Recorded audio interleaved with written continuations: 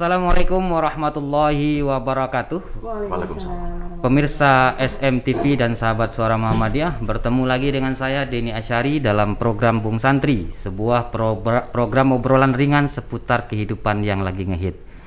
Di dalam sesi kali ini kita ingin membicarakan satu tema yang sangat menarik, yang tentu tidak kalah menariknya dengan tema-tema sebelumnya, yaitu tentang bagaimana dapur tetap ngepul di tengah pandemi. Untuk membicarakan atau mengobrolkan tema yang sangat penting ini, telah hadir bersama kita dua narasumber.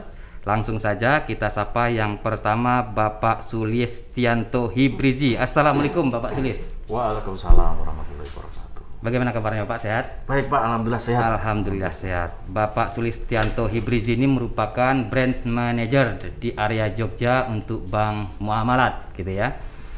Dan yang kedua, sudah hadir bersama kita yang tentu ini kalangan atau yang mewakili para kaum ibu ini ya, Ibu Tri Rezeki. Assalamualaikum Bu Tri. Sehat Ibu? Alhamdulillah ya. Ibu Tri Rezeki ini merupakan owner dari Tri Fashion Style ya, sekaligus beliau juga pemilik restoran Pandawa Tepi Pantai, dan banyak sekali usaha-usaha yang dikelola oleh Bu Tri ini. Dan tentu nanti kita ingin melihat bagaimana dampak dari pandemi ini terhadap berbagai usaha yang dikelola oleh beliau. Baik para pemirsa SMTV, langsung saja untuk kita mengobrolkan tema yang menarik ini. Dan kita sangat tahu nih Pak Sulis, Bu Tri ya, nanti saya akan mengalir saja ya terkait dengan suasana kita di masa pandemi ini, bahwa pandemi tidak hanya meninggalkan krisis di sektor kesehatan, tetapi juga meninggalkan krisis di sektor keuangan. Dan krisis kita di sektor keuangan ini juga hampir semuanya merata. Beda mungkin ya di tahun 98 atau 2008 ya, krisis juga terjadi di negeri ini, tetapi lebih kepada pasar keuangan atau ekonomi makro. Tetapi hari ini sampai pedagang kecil, UMKM, buruh lepas, semuanya kena dampak dari krisis ekonomi ini. Dan yang menarik lagi ya, saya membaca kemarin survei yang dilakukan oleh Populik ini saya bacakan, dampak pandemi terhadap kesehatan mental ya, dari 9 ya atau 91% ibu rumah tangga merasakan dampak dari pandemi. Dan 91% ini 60% yang dirasakan adalah persoalan ekonomi. Kemudian 37% itu soal masalah kesehatan, dan 3% itu soal pendidikan anak sekolah jarak jauh. Nah mungkin Bu Tri nih, kalau dari hasil survei ini, nah bagaimana Bu Tri merasakan? Jangan-jangan Bu Tri tidak masuk golongan yang pertama gitu loh. Silakan Bu Tri. Mas, kalau doanya seperti itu ya. Yeah. Pandemi ini saya nggak tahu ya sampai kapan ya Mas, prediksinya. Nggak ada yang bisa prediksi sampai kapan. Kalau efeknya, dampaknya itu kan jelas sampai mana-mana ya. Yang apalagi yang UMKM, pengusaha kecil, yang gede aja kayak Giant, kayak Matahari aja goyang gitu kan Mas. Nah terus bagaimana dampaknya sama ibu-ibu gitu. Ibu-ibu itu kan ada ibu-ibu yang bagaimana gitu. Ada ibu-ibu yang suaminya pegawai negeri, ASN, itu nggak terdampak, insya Allah dia pasti dapat ya. Yang lebih menyedihkan ibu-ibu yang suaminya mohon maaf kerja di jalanan, yang seperti Gojek, itu kan jalannya disekat-sekat. Itu bagaimana? Ada lagi ibu-ibu yang suaminya pegawai tapi bukan ASN dan harus menerima gaji 50%. Nah itu tuh beda lagi. Nah untuk mengatur semua itu bagaimana caranya gitu? Yang pasti tetap semangat dan jangan mengeluh Mas. Itu kuncinya. Mengeluh mau mengeluh sama siapa coba? Mengeluh sama teman-teman juga sama aja. Bukan nggak memecahkan masalah, bukan solusi gitu. Percuma mengeluh. Jadi yang penting tetap semangat. Ibaratnya tangan bergerak, otak berpikir, hati berzikir kan gitu ya Mas ya. Nah bagaimana caranya? Disyukuri apa yang ada. Keuangan yang masuk itu harus ada, seperti dana cadangan itu harus di awal, tabungan itu nanti di belakang. Artinya tabungan itu bisa setelah semua tercover ada tabungan. Dana cadangan itu disimpannya pun di mana terserah, yang penting ada dana cadangan yang dana darurat itu dipakai ketika benar-benar darurat. Yeah. Terus membedakan antara kebutuhan dan keinginan, Mas. Yeah. Nah itu harus penting sekali Yeah. gitu loh. Nggak, kalau zaman dulu ada self reward gitu loh, memanjakan diri. Aku lihat Shopee ada free ongkir atau segala macam, udah senang-senang. Sekarang nggak ada, hilangkan itu. Jadi kayak yang apa living, terus living, saving, sama satu lagi itu itu kan cost, ya. Nah itu tuh kan nggak harus seimbang gitu loh, Mas. Tapi untuk yang playing, untuk berwisata atau itu tuh dihilangkan dulu. Toh juga wisata juga nggak ada ya, Mas ya. Nah itu lebih efisien ke situ. Jadi ibu-ibu itu tetap harus berhemat tapi cerdas gitu. Seperti tadi saya katakan, tangan bergerak, otak berpikir, hati berzikir. Itu sekarang ibu-ibu tuh lebih pintar, ada smartphone yang bisa berjualan yang di mana-mana bisa. Kadang-kadang malah dengan dengan kita memakai smartphone jualan online, gajinya lebih besar dari suaminya. Nah itu salah satunya ya. Seperti itulah gambarannya. Baik Bu Tri, ini menarik Pak Sulis. Jadi memang ada efisiensi pengeluaran ya di tengah pandemi ini, terutama bagi ibu-ibu. Saya ingin melihat lagi data survei yang dikeluarkan Lazismu PP Muhammadiyah baru-baru ini. Mungkin Pak Sulis sudah baca juga. Itu justru ya 65,9% pendapatan masyarakat turun. Itu adalah masyarakat yang sumber pendapatannya 3 juta.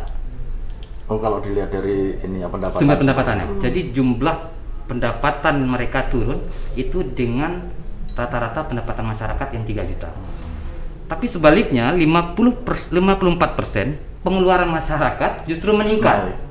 Ya kan? Nah, pendapatan turun tapi pengeluaran justru meningkat. Dan 52,2% akhirnya masyarakat harus menjual aset ya untuk bertahan hidup. Nah, bagaimana Pak Sulis melihat kenapa justru ya di tengah pandemi ini pengeluaran masyarakat kok jadi meningkat? Monggo Pak Sulis. Oke, terima kasih Pak Denny. Bagaimana? Kenapa? Kok yang pengeluaran, berarti kan segmen menengah ke bawah? Ke bawah. Iya. Justru yang 3 juta ke bawah itu pengeluaran naik. Logikanya gini aja, Mas. Biasanya yang segmen ke bawah itu pendapatan dia kan terbatas. Bahkan mungkin sekarang bukan lagi pendapatan, sudah pendapatan nggak ada. Dia hidup dari sisa-sisa aset yang ada yang dijual. Dan kenapa naik? Lah sekarang orang modal menjadi naik, wong barang yang dijual sekarang naik, jarang kan yang jual ini. Otomatis kan dia berusaha untuk naikkan harga. Yang kedua, obat. Itu kalau dari itu namanya sektor industri itu diuntungkan kondisi pandemi, tetapi itu kesempatan bagi mereka, tidak semua sih, tapi rata-rata. HET yang sudah ditentukan itu dinaikkan. Bahkan yang nggak sakit pun kan butuh vitamin, naik itu. Kebutuhan untuk imunisasi juga naik kan, otomatis dia harus siapin itu yang namanya cadangan untuk makanan, terus buah-buahan, sayuran. Kalau semua berpikir gitu, panik buying. Pengusaha yang bergerak di situ memanfaatkan potensi itu untuk mendapatkan laba lebih tinggi. Saya nggak bilang semua, tapi rata-rata lah. Betul. Iya kan? Bayangin pada kondisi susah itu, banyak orang memanfaatkan seperti itu. Atau yang ketiga, memang wajar ada kenaikan. Kenapa? Karena PPKM. Hanya tertentu transportasi yang boleh masuk antar kota sehingga dia harus berbelit. Transportasi yang langsung menjadi agak susah sehingga biaya naik. Sehingga itu dibebankan ke harga jual. Itu sementara jawabannya, Mas. Jadi akhirnya yang terkena adalah segmen menengah ke bawah. Yang di atas kenapa? Pertama, sektor industrial diuntungkan walau dalam kondisi sulit. Itu saya sudah bilang, sektor industri kesehatan, komunikasi, atau yang punya uang banyak. Betul. Dia punya uang banyak, nggak ngapa-ngapain, uang didepositokan, return dari deposito, ya kan? Betul. Itu gede loh. Dia nggak ngapa-ngapain, dia dapat ini. Dia juga nggak perlu aktivitas yang lebih lagi, dia di rumah untuk jaga apa-apa. Pengeluaran apa sih yang harus dia bayar ya?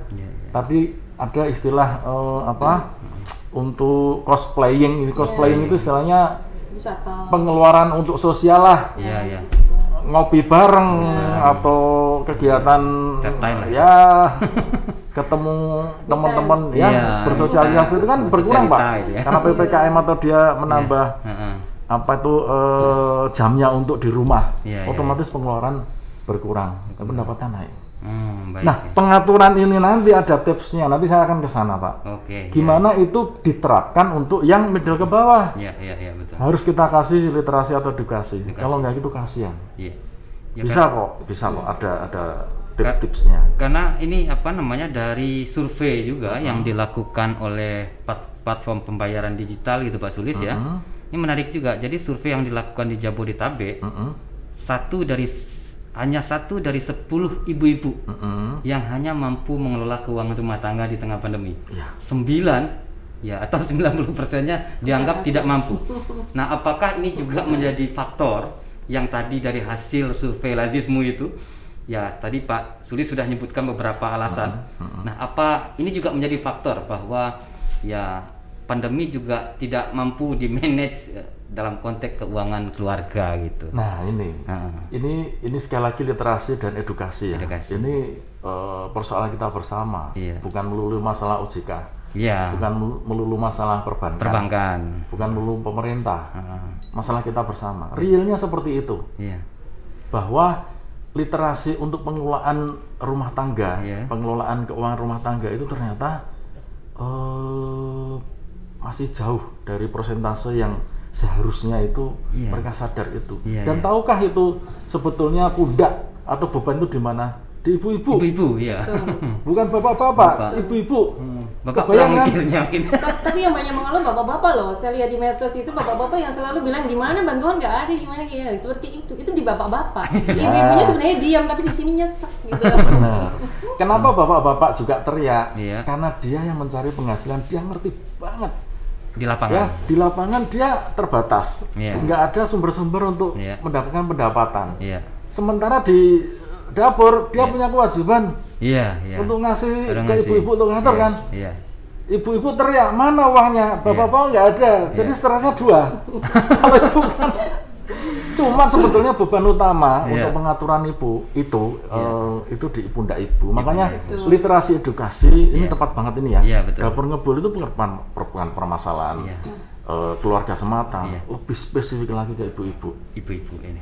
Sekarang saya coba ya, kalau jenengan ada survei, Pak Denny ada survei dari Lazismu dan dari survei yang lain tadi, saya akan coba kutip hasil survei. Ini bagus ini ya. Ini di Jabodetabek juga. Salah satu pebisnis platform pembayaran digital melakukan survei, dimuat di majalah Kontan, valid ya, ini setidaknya valid lah dengan segala apa itu namanya secara ilmiah ya, untuk hasil survei yang diterbitkan di tanggal 20 Desember 2020, pas hari Ibu. Hari Ibu ya. Jadi wilayah Jabodetabek respondennya sekitar 400 ibu-ibu sebagai pengelola keuangan keluarga. Real ada di tangan dia kan. Jadi yang respondennya ibu-ibu. Betul.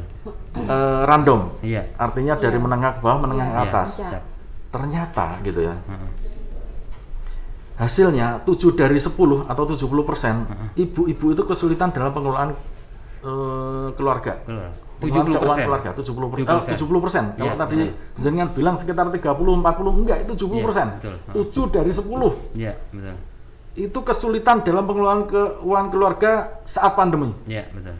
Terus 1 dari 10 atau 10% ibu sudah siap dan lancar mengelola keuangan, hanya 10%. 10% ya. 1 dari 10 itu.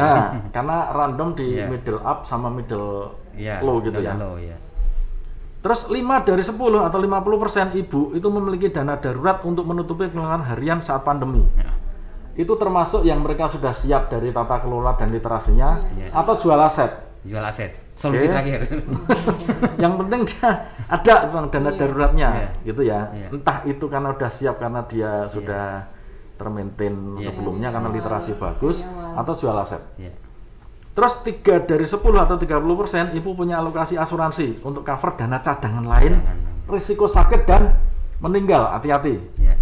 Ini harus disadari terutama yang middle low. Pentingkah asuransi? Penting itu. Ya, terus 1 dari 10 atau 10% ibu yang sadar investasi untuk cover dana cadangan jangka panjang, itu baru 10%, baru 1 orang. Terus 3 dari 10 atau 30% ibu sudah sadar literasi dari edukasi keuangan, berarti hampir sama ya tadi 30% tadi. Terus 2 dari 10 berarti kan 20%. Ibu cenderung belanja di luar kebutuhan prioritas. Di antara kebutuhan dan keinginan tadi. Ternyata masih belum sadar 20% itu. Saat pandemi masih belanja sana sini ya. Terus 5 dari 10 atau 50% kesejahteraan ibu ibu itu sadar untuk memikirkan kesejahteraan hidup, well-being sekarang dan yang akan terjadi di masa datang. Itu 50%. Itu sadar well-being untuk ke depan. Jadi dia siapkan untuk sekarang dan untuk 50%. Itu. Dan itu harus ditingkatkan, kalau enggak ya berat nanti. Terus 50% ibu itu mengaku sudah memakai dana darurat selama pandemi. Dan makin tergerus, apalagi kemungkinan nanti PHK atau kemungkinan ekonomi memburuk. Betul. Jadi yang 50% sudah mulai memakai dana cadangannya, dan kalau ke depan sampai kapan tadi pertanyaannya, wah itu makin berat itu kalau. Karena dana cadangan kan bisa dari tabungan, jual aset, atau memang dia dari kondisi yang sudah siap, well-being gitu ya, secara ekonomi menengah ke atas tadi. Random 50% lah yang mengaku sudah memakai dana darurat. Nah 7 dari 10 atau 70% ibu membutuhkan segera bantuan literasi atau edukasi perencanaan keuangan keluarga. Jadi 70% sekarang butuh loh yang acara-acara seperti ini. Iya betul. Karena dia sudah ibaratnya kalau tenggelam itu sudah sampai butuh motivasi ya. Iya. Gimana nih Pak? Kami butuh literasi, gimana sih tip-tip sama triksnya. Betul. Nah, ini tepat ini sebetulnya forum ini. Monggo Pak. Jadi menarik. Jadi beberapa dampak dari pandemi ini memang sudah dilakukan lah oleh lembaga-lembaga survei ya, untuk melihat bagaimana pengelolaan keuangan, terutama keuangan di lingkungan keluarga. Dan tadi juga disebutkan ya, ternyata literasi masyarakat kita khususnya dalam pengelolaan keuangan keluarga masih dianggap minim ya. Nanti bagaimana cara pengelolaan untuk keuangan keluarga kita akan lanjutkan dan kita bahas pada sesi kedua setelah pesan dakwah berikut ini.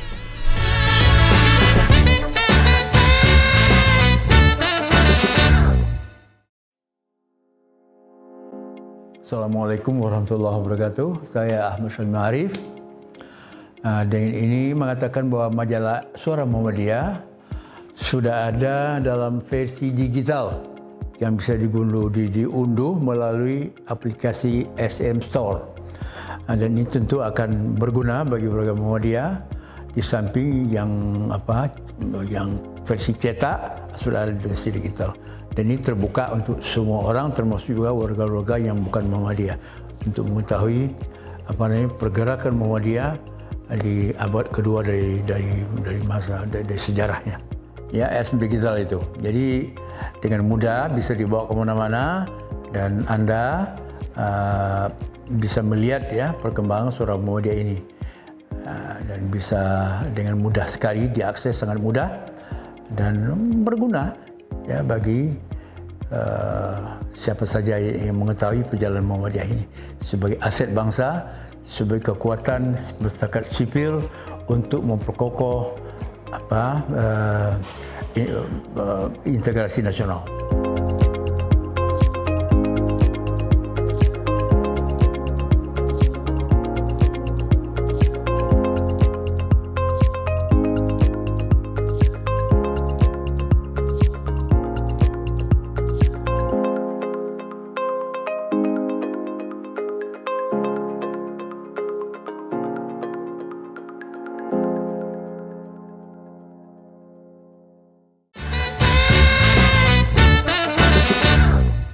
Baik pemirsa SMTV, kita kembali lagi dalam program Bung Santri dengan tema mengusahakan dapur tetap ngepul di tengah pandemi. Dan tetap bersama kita dua narasumber, ada Bapak Sulis dari Brand Manager area Bank Muamalat, dan kemudian Ibu Tri Rezeki. Dan mungkin nanti sebelum ke Pak Sulis nih, nanti bagaimana kita cara memanage atau membangun literasi keuangan keluarga. Saya ke Bu Tri dulu. Ini tadi Bu Tri menyampaikan ada manajemen keuangan barulah di tengah pandemi yang biasa kita gunakan untuk rekreasi, entertain gitu ya. Ada dana-dana darurat. Nah, berapa sih baiknya gitu kalau yang pengalaman Bu Tri nih dengan mengelola usaha yang ada, karyawan-karyawan yang ada, itu untuk dana cadangan berapa persen yang baiknya ya, idealnya lah di tengah pandemi ini harus kita siapkan gitu. Berbeda ya Mas, kalau di tengah, kalau hari-hari biasa mungkin kita bisa presentasi ya, berapa persen gitu bisa, presennya berapa persen gitu. Tapi kalau di masa pandemi kan kita nggak tahu pemasukannya berapa. Yang jelas malah nggak, ibaratnya pengusaha itu, mohon maaf seperti saya ya, saya itu lebih cenderung ke bisa menggaji pegawai dan kos aja sebulannya sudah cukup gitu loh. Jadi untuk berapa persennya itu fluktuatif ya Mas, karena untuk kondisi sekarang nggak bisa ditentukan. Cuman kalau untuk gambiangnya aja ya, untuk secara umum gitu, ibaratnya ibu-ibu itu mendapatkan gaji dari suaminya 2 juta gitu, ambil aja itu dana darurat 200.000, jadi 10%. Itu yang nggak bisa dikutak-katik, harus benar-benar kalau nggak urgen banget dia nggak boleh keluar. Betul. Itu harus di situ. Itu beda dengan tabungan. Kalau saya bilang ya, itu berbeda dengan tabungan. Kalau tabungan sewaktu-waktu bisa diambil. Nah, dana yang harus urgen diambilnya itu harus disimpan rapat-rapat. Dan itu tidak, sudah banyak ini dana cadangannya, berhenti aja, enggak bisa. Harus setiap bulan ada itu, harus disisipkan di depan. Begitu suami ngasih uang, udah ini nggak boleh disimpan dulu deh, mau disimpan di mana, pokoknya disimpan, gitu kan Mas. Nah, masalah dana selanjutnya itu tadi antara keinginan dan kebutuhan. Itu keinginan benar-benar udah lah ditutup ya, untuk seperti ini, ibaratnya untuk yang kebutuhan makan aja tetap harus hemat. Apalagi untuk yang yang playing ya Mas, yang harus wisata itu udah nggak ada lagi gitu loh. Biasanya ibu-ibu tuh sebenarnya, kalau tadi berapa persennya ibu-ibu yang seperti itu sebenarnya karena ibu-ibu sebenarnya juga suka yang mengeluh gitu loh. Yang mengeluh sebenarnya, kalau saya bilang sih sudahlah, nggak usah mengeluh. Karena mengeluh itu nggak ada solusinya. Ibaratnya orang melihat, kok Mbak Tria ini senyum terus, ibaratnya ya di foto, mungkin Mas ini berteman sama saya di media sosial, kok nggak pernah sedih sih, kayak ringan banget, kayak enteng banget. Oh, berarti dia nggak kedampak. Kedampak sama aja. Pasti nggak punya utang ya? Punya utang Mas, minimal utang puasa kemarin. Kalau utang uang nggak ada ya? Itu rahasia.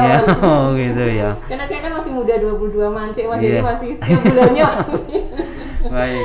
Nah gitu loh. Jadi kalau saya bilang untuk ibu-ibu lebih cerdas, lebih hemat, dan lebih memprioritaskan apa yang penting dulu. Udah itu aja kuncinya sebenarnya. Nggak usah mengeluh. Saya bilang gitu. Saya nggak usah mengeluh gitu loh. Karena kalau tadi mungkin Mas Sulis itu kan bahwa bagaimana nanti akan mungkin menjabarkan tentang bagaimana kondisi tentang spiritual atau segala macam mungkin ya. Itu kan sebenarnya saya pernah mendengar itu di mana gitu ya, bahwa menghina Tuhan itu nggak selalu merobek-robek Al-Quran, menghina Al-Quran. Tapi kita tidak percaya besok pagi mau makan apa aja, kita tidak percaya, itu sudah menghina Tuhan gitu. Karena apa? Tuhan itu kan benar-benar yang dia pemurah, Ar-Rahman, Ar-Rahim, mau kaya, mau baik, mau apa sih yang diminta nggak dikabulin kan gitu.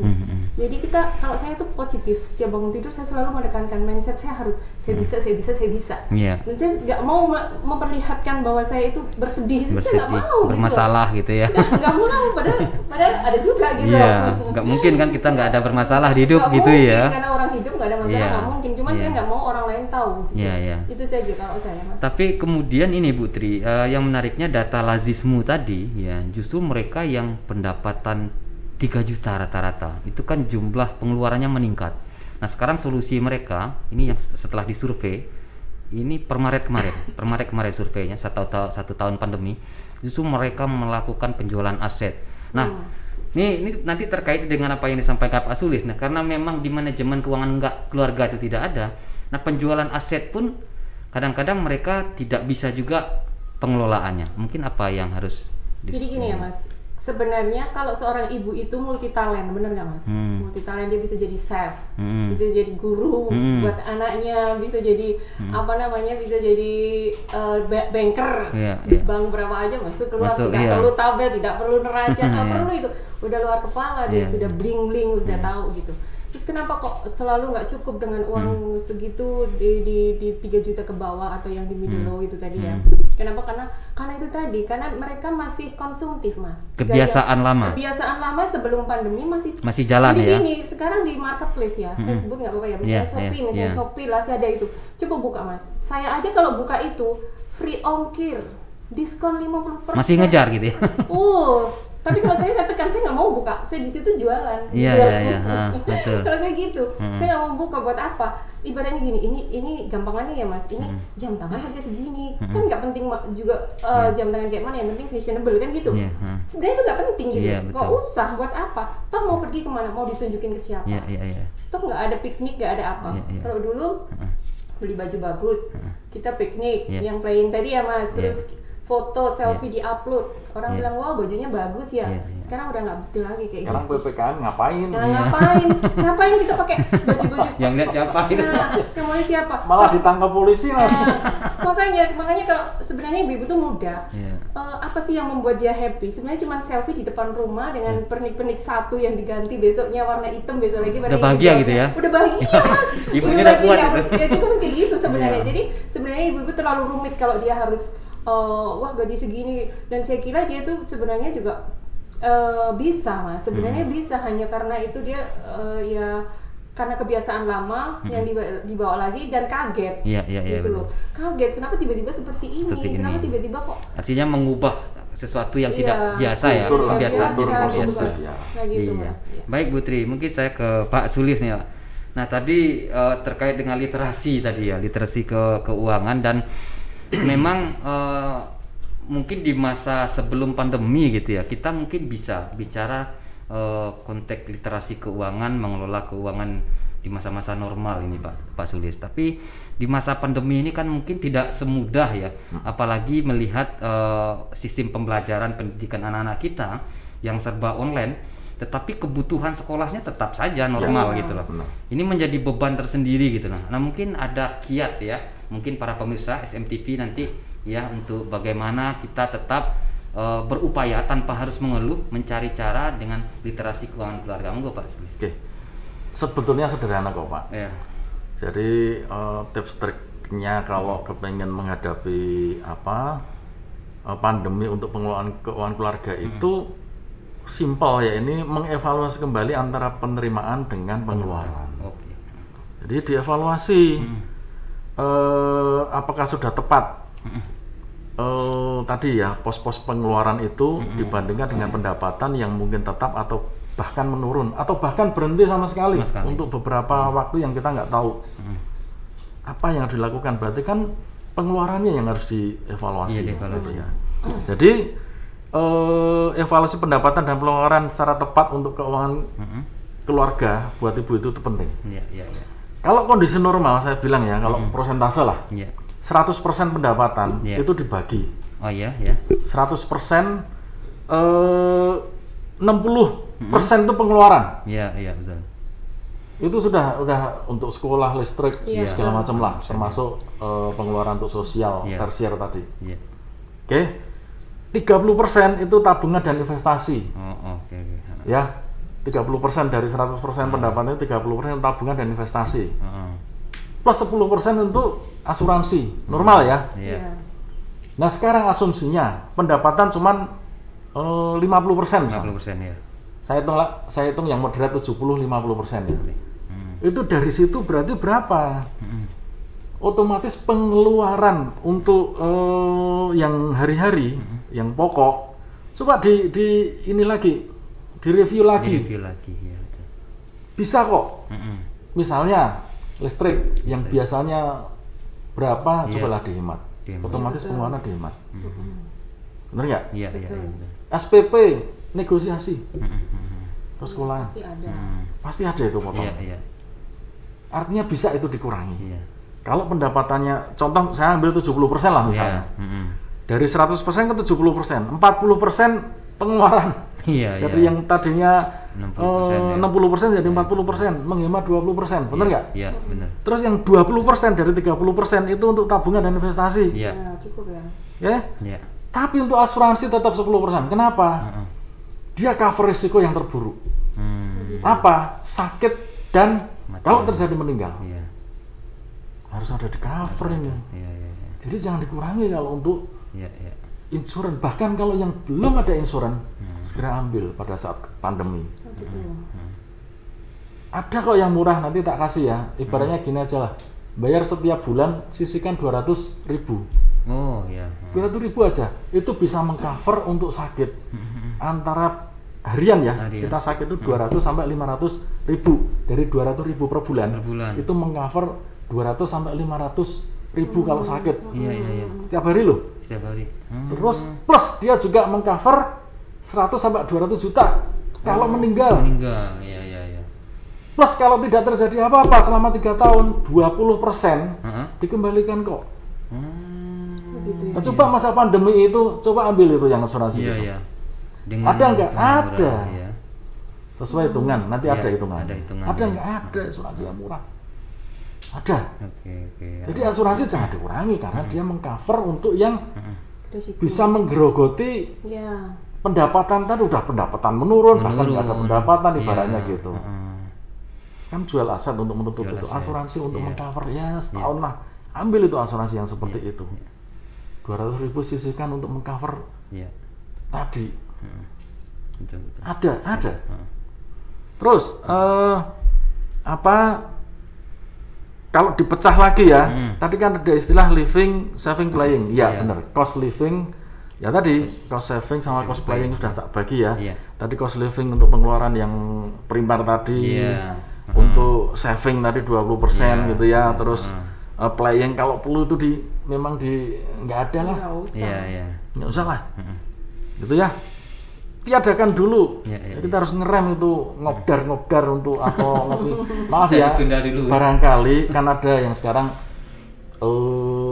pengusaha hotel sama punten nih. Hotel sama hotel sama apa itu namanya untuk ngopi atau apa kan dingin kan kepinginnya kan kalau saya bilang ini wah yo Mas, kita juga perlu itu keluarga itu dine-in ngopi atau makan bareng ya boleh lah. Ya tapi ke keluarga yang saya tujuan literasi tadi saya sampaikan tetap wajib saya sampaikan ya. Kalau itu dianggap tersiar, hilangkan dulu. Tapi kalau itu ada keluarga yang mampu dan itu dianggap sebagai secondary atau primer, ya monggo lah kita aja. Monggo tapi jangan diupload gitu ya. Bukan. Padahal orang kan tujuannya ke situ cuma mau upload loh.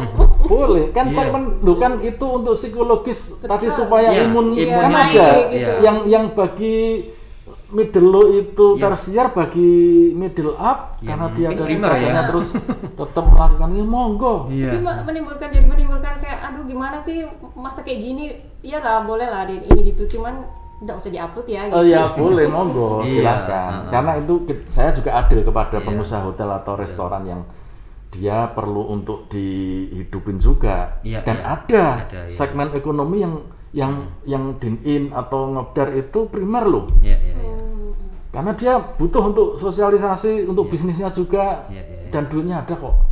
Bahkan ada sekian persen itu dia bahkan untuk bahkan wisata sambil vaksin itu ke Amerika misalnya gitu. Ada. Duit punya kok. Dan dia harus melakukan itu supaya apa? Jaga imun, bahagia selalu. Caranya itu. Jadi memang terkait dengan literasi keuangan itu perlu mereview ulang ya model manajemen keuangan keluarga, terutama sekali untuk di bagian pengeluaran. Kalau tadi disebutkan biasanya masa normal 60% gitu ya. Mungkin di masa pandemi itu mulai ditekan ya jadi 40%. Dan nanti kita akan diskusikan lagi bagaimana terkait nanti untuk tetap bertahan ya. Artinya tadi kita baru memanage keuangan, tetapi bagaimana kita tetap bertahan dengan ada input yang tetap stabil.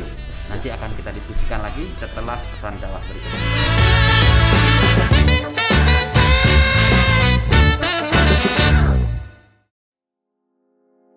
Assalamualaikum warahmatullahi wabarakatuh. kepada seluruh warga Persyarikatan Muhammadiyah dan para pelanggan majalah Suara Muhammadiyah. Pada bulan-bulan ini, sejak awal Januari, majalah Suara Muhammadiyah tampil menjadi dan dalam bentuk SM digital yang tentu saja melengkapi SM yang selama ini beredar dalam bentuk cetak, dan SM versi baru ini tentu akan lebih memudahkan untuk membaca dan berlangganan.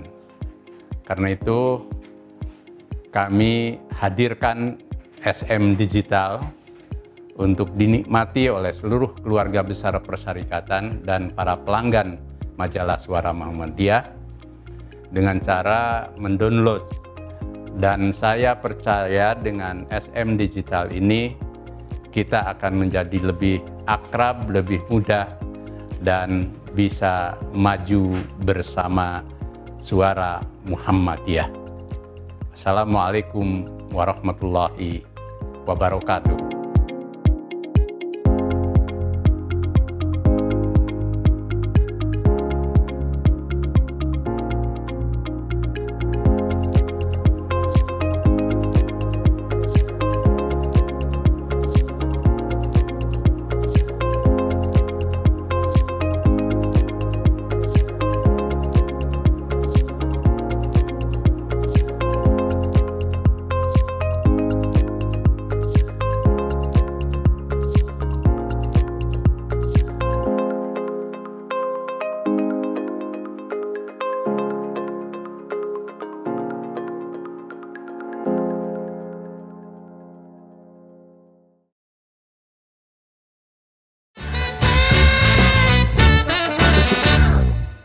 Baik pemirsa SMTV, kembali lagi kita dalam program Bung Santri bersama saya Denny Asyari, dan masih bersama kita dua narasumber, Bapak Sulistyo dari Brand Manager Bank Muamalat Yogyakarta dan Ibu Tri Rezeki.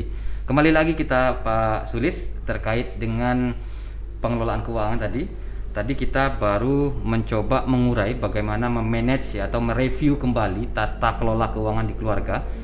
Dan hal lain yang tentu juga perlu kita pertimbangkan adalah ketika banyak, menurut hasil survei Lazismu tadi, masyarakat menjual aset gitu. Apakah rata-rata yang dijual ada kendaraan, kemudian ada toko, perhiasan.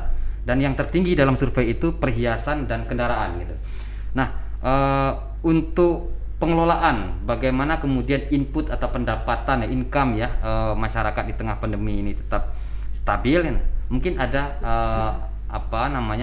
manajemen pengelolaan atau strategi menurut Pak Sulis bagi masyarakat yang menjadikan aset ini sebagai income barunya itu. Monggo Pak Sulis. Oke. Ada dua hal penekanan saya. Yang pertama, sekali lagi bahwa kuncinya di tata kelola keuangan keluarga. Direview lagi, dievaluasi lagi. Gampang kok. Antara pendapatan sama pengeluaran. Coba diseimbangkan lagi. Persentase normalnya saya udah bilang, kalau pendapatan normal 100, ya 60 itu untuk pengeluaran. Yang memang itu pasti habis lah. Yang 40 itu, 30 itu untuk tabungan dan investasi, 10 itu untuk asuransi. Tabungan dan investasi itu menyangkut nabung untuk yang jangka pendek, jangka menengah, jangka panjang. Investasi termasuk kepemilikan rumah, nyicil rumah itu investasi. Iya betul. Investasi itu. Dan itu primer karena itu living loh itu. Jangan itu dijual dulu kecuali kalau berat gitu ya. Beda sama kredit kendaraan ya. Nah, kalau kredit kendaraan itu, sebetulnya antara primer, sekunder, tersier tergantung masing-masing. Kendaraan bisa menjadi primer kalau itu ternyata dipakai untuk usaha Pak. Iya betul. Tergantung, jadi masing-masing tergantung dari kebutuhan masing-masing.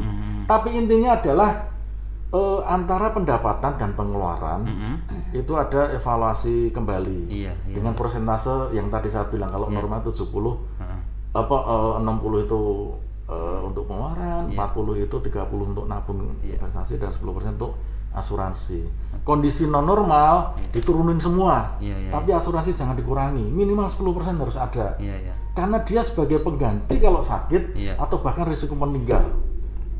Oke. Kalau yang namanya tabungan dan investasi yang lain bisa itu diturunin, ya. Bahkan tabungan darurat pun bisa berkurang karena memang terpakai sekarang kalau pendapatannya sudah nggak ada. Iya betul. Benar nggak? Terus hindari yang namanya tadi tambahan cicilan baru, apalagi yang tersier. Kartu kredit, tadi Sofi segala macam. Saya nggak mendikreditkan produk atau jualan online ya. Pokoknya kalau itu ukurannya dengan istilah kebutuhan dan keinginan, sudahlah kebutuhan primer itu nomor satu. Yang keinginan untuk belanja, untuk dan nanti dulu lah. Gitu ya. Jangan kondisi kayak seperti ini kok. Terus cari aktivitas lain yang free. Kita banyak di rumah, ya enggak apa-apa lah kita lihat podcast yang berguna, barangkali ada ilmu tambahan, bener nggak? Iya betul. Terus mungkin aktivitas olahraga di rumah, baca buku dan lain sebagainya masih banyak kok. Bertanam. Iya, bahkan di rumah pun juga dapat pendapatan juga bisa. Buat podcast kayak gini bisa loh jadi pendapatan. Banyak tuh teman saya yang pelawak gitu ya, dia punya TikTok. Dan ketika dia 5 kali TikTok banyak viewernya, ada beberapa endorse ya. Iya, yang endorse. Iya. Bener loh, dia cuman 3 menit Pak. 3 menit ya itu. Tapi endorse-nya 3 produk atau apa, lumayan kan? Lumayan ya. Terus ya sekali lagi apa itu namanya penundaan untuk yang tersier tadi bener-bener coba di lagi ya, di review lagi. Sama yang kedua, kalau tadi untuk pengelolaan uang, yang kedua saya kepengen kembali lagi ke basic ya Pak ya. Yang namanya pandemi itu sebetulnya bukan masalah semata-mata kesehatan atau ekonomi. Pandemi itu masalah spiritual juga. Iya betul. Pandemi ini mengingatkan ya, Allah mengingatkan kembali pada kita. Mereview kembali pada kita apakah kehidupan kita itu sudah benar. Habluminallahnya berarti ibadahnya kita direview lagi apakah sudah benar. Habluminanasnya apakah muamalah kita, cara bersosial, cara berekonomi itu sudah benar. Ya 2,5% apakah zakat sudah diturunkan. Ya termasuk cara kita berhubungan dengan transaksi, entah itu personal, entah itu berusaha. Kalau saya dari Bank Syariah, ya saya cuman bisa menyampaikan bahwa coba hijrah lah, supaya bersih itu yang namanya cara berekonomi kita. Berkah. Karena produk, kita cari keberkahan kan, bukan istijrot gitu, tapi keberkahan, termasuk cara berekonomi. Iya betul.